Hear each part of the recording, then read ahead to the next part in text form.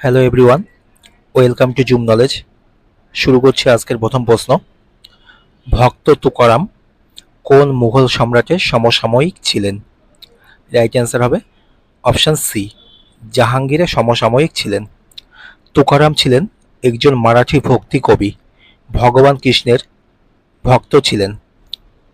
জাহাঙ্গীরের সময়কাল ছিল ১৬০৫ থেকে ১৬২৭ খ্রিস্টাব্দ, তাই ভক্ত তুকারাম জাহাঙ্গীরের সমসাময়িক ছিলেন। নেক্সট কোশ্চেন, কোন পত্রিকায় গান্ধীজি ভারত ছাড়ো আন্দোলনের কথা ঘোষণা করেন? কোন পত্রিকায় গান্ধীজি ভারত ছাড়ো আন্দোলনের কথা ঘোষণা করেন?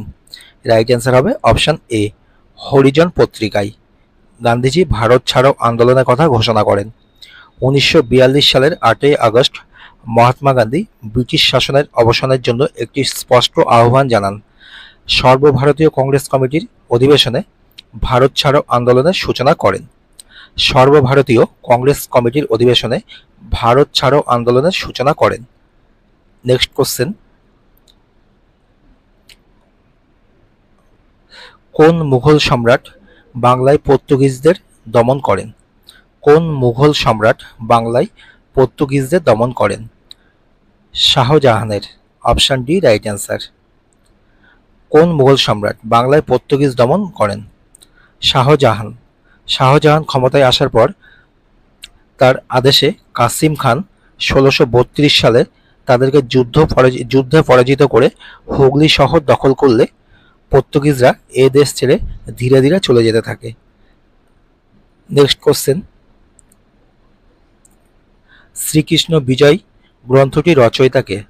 শ্রীকৃষ্ণ বিজয় গ্রন্থটির রচয়িতা হলেন Maladhar Basu, option C right answer. Hussain Shah Maladhar বসুকে গুণরাজ খাঁ উপাধি দিয়েছিলেন। তার পৃষ্ঠপোষকতায় তিনি শ্রীকৃষ্ণ বিজয় এবং বাংলাতে শ্রীমদ্ভগবদ্ গীতা রচনা করেন। নেক্সট কোশ্চেন, ভারতের ছদ্মবেশী বেকারত্ব সাধারণত কোন খাতে পরিলক্ষিত হয়? ছদ্মবেশী বেকারত্ব সাধারণত কোন খাতে পরিলক্ষিত হয়? রাইট অ্যান্সার কৃষি খাতে, অপশান এ রাইট অ্যান্সার। ছদ্মবেশ বেকারত্ব বা লুকানো বেকারত্ব হলো এক ধরনের বেকারত্ব যেখানে কিছু লোককে নিযুক্ত বলে মনে হয় কিন্তু আসলে তা নয়। এই ধরনের বেকারত্ব ঘটে যখন একটি নির্দিষ্ট কাজে কর্মসংস্থানের পরিমাণ বেশি হয়। এই বেকারত্ব ঘটে যখন একটি নির্দিষ্ট কাজে কর্মসংস্থানের পরিমাণ বেশি হয়। নেক্সট কোশ্চেন,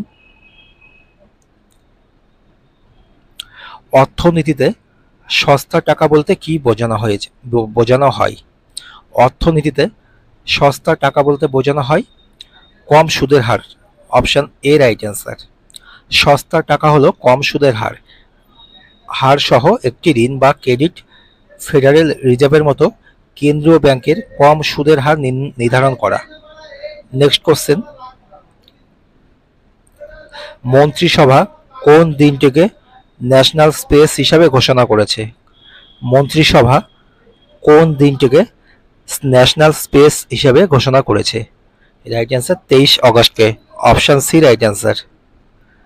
নেক্সট কোশ্চেন,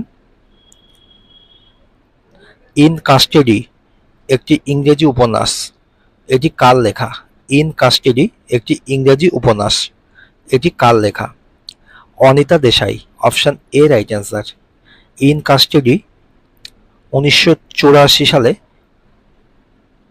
রচিত হয়েছিল ভারতীয় আমেরিকান লেখক অনিতা দেশাইয়ের লেখা একটি উপন্যাস। এটি ১৯৮৪ সালে বুকার পুরস্কারের জন্য তালিকাভুক্ত হয়েছিল। নেক্সট কোশ্চেন, অ্যাজেস ট্রফি কোন দেশের মধ্যে খেলা হয়? অ্যাজেস ট্রফি খেলা হয় অস্ট্রেলিয়া এবং ইংল্যান্ডের মধ্যে, অপশান বি রাইট অ্যান্সার। অ্যাজেস হলো একটি টেস্ট ক্রিকেট সিরিজ বা ইংল্যান্ড থেকে অস্ট্রেলিয়ার মধ্যে দ্বিবার্ষিকভাবে খেলা হয়। নেক্সট কোশ্চেন, পেগনটি চরিত্রের স্রষ্টা কে? পেগনটি চরিত্রের স্রষ্টা হলেন Charles Dickens. Option C right answer. Charles ডিকেন্সের সৃষ্টি কয়েকটি চরিত্র হল Oliver Twist, Peggotty, Pickwick, David Copperfield প্রভৃতি। নেক্সট কোশ্চেন, হিন্দুস্তানি কণ্ঠসঙ্গীতের রচনার প্রাচীনতম রূপ কি? হিন্দুস্তানি কণ্ঠসঙ্গীতের রচনার প্রাচীনতম রূপ কি? Dhrupad. Option A right answer. Dhrupad হল হিন্দুস্তানি কণ্ঠসঙ্গীতের প্রাচীনতম শাস্ত্রীয় শৈলী, এর নাম ধ্রুপদ।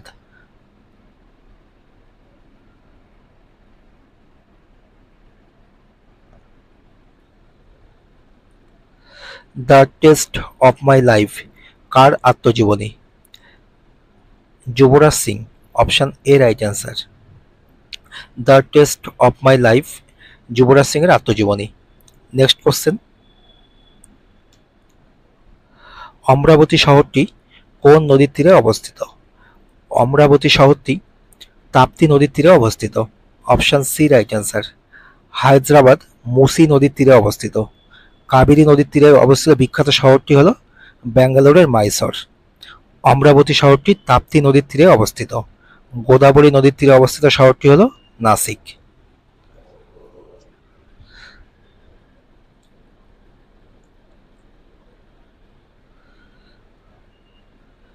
পশ্চিমবঙ্গের উত্তর বাহিনী নদীগুলির নাম কি?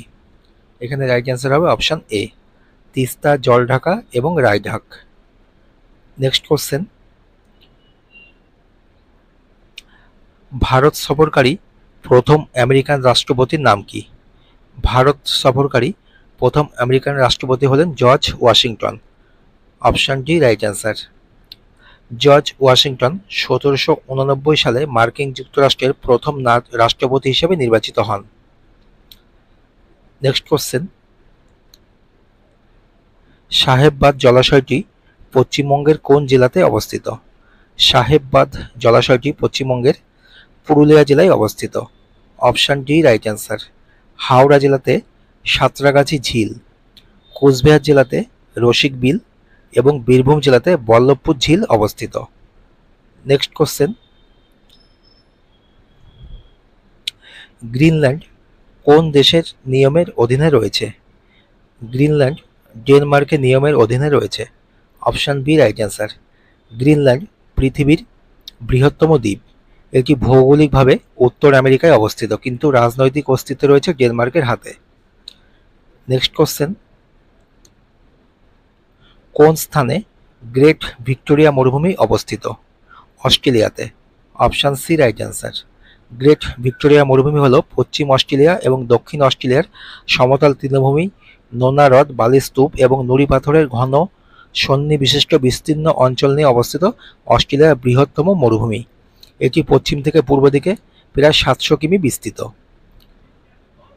নেক্সট কোশ্চেন, ভারতীয় সংবিধানের কত নম্বর ধারায় বার্ষিক আর্থিক প্রতিবেদনের কথা বলা হয়েছে? সংবিধানের কত নম্বর ধারায়? 112 নম্বর ধারায় বার্ষিক আর্থিক প্রতিবেদনের কথা বলা হয়েছে। Option B right answer. ধারা 93 লোকসভা স্পিকার এবং ডেপুটি স্পিকারের কথা বলা হয়েছে। ধারা 108 যৌথ অধিবেশনের কথা বলা হয়েছে এবং 117 নম্বর ধারায় অর্থ সংক্রান্ত বিল উপস্থাপনের পদ্ধতি সম্বন্ধে বলা হয়েছে। নেক্সট কোশ্চেন, ভারতীয় সংবিধানের কততম সংশোধনীর মাধ্যমে দিল্লিকে জাতীয় রাজধানী অঞ্চলের মর্যাদা দেওয়া হয়? কততম সংবিধান সংশোধনীর মাধ্যমে দিল্লিকে জাতীয় রাজধানী অঞ্চলের মর্যাদা দেওয়া হয়? রাইট অ্যান্সার 69তম সংবিধান সংশোধনীর মাধ্যমে। Option C right answer. 36তম সংবিধান সংশোধনীর মাধ্যমে 1975 সালে সিকিমকে পূর্ণাঙ্গ রাজ্যের মর্যাদা দেওয়া হয়। তো ভিডিওটি এখানে শেষ করছি। আর ডেইলি এমন ভিডিও পেতে চ্যানেলটিকে তোমরা অবশ্যই সাবস্ক্রাইব করে রাখো।